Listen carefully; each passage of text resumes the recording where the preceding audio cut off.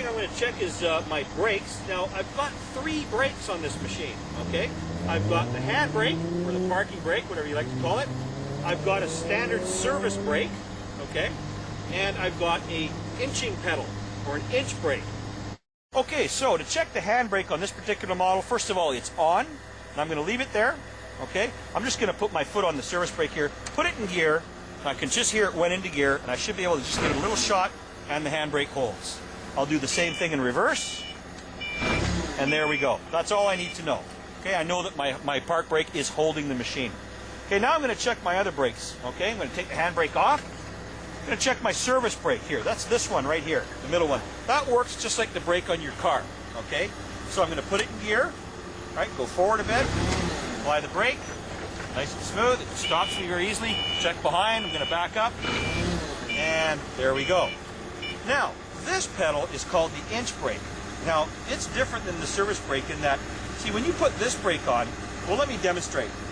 If I hold this brake on and I put it in gear, I rev the engine, you can see how the forklift wants to move, okay? But if I put it on this brake and do that, it doesn't.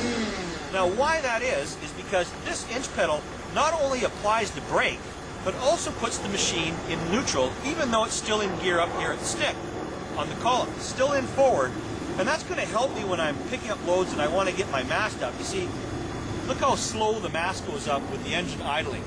On a gas-powered engine, right, you have to rev the engine to make it go up faster, right? And that's going to help you be more efficient and get things done, okay? Now to do that, you can take it out of gear here with your foot at the inching pedal, which allows you to rev the engine while the machine is still and doesn't want to go on you, right? And that's a very, very handy option. As a matter of fact, whenever you drive a forklift like this with an inching pedal, it's quite normal to drive with 2 feet, which you'd never do in your car, okay?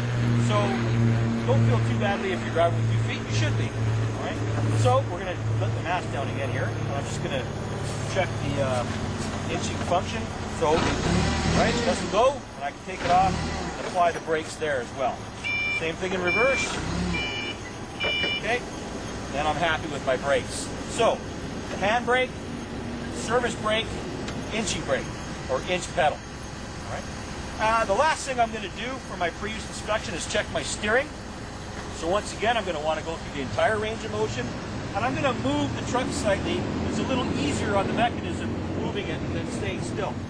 So, you can see that steep pivot point steering. Right, that 90-degree pivot point. Notice how it's pivoting on that front wheel? And it's nice and smooth, it doesn't get hung up, and it easily goes through its entire range of motion without any problems. Okay, for parking, I'm going to put it in neutral. I'm going to apply my park brake. I'm going to tilt my forks forward slightly, lower them to the ground. Whoops. That should do. And I'm going to shut off the engine and the lights. Undo my seat belt. And do a 3-point dismount. Just like that, no slip. And if I was going to leave this for any period of time, I would probably shut off the fuel at the cylinder, just because it's a good, safe measure to take. If I was indoors, leaving it for, say an hour or more, I would definitely shut off the fuel. And as a matter of fact, I would shut off the fuel with the engine running until it's stalled. Then I would shut the key off.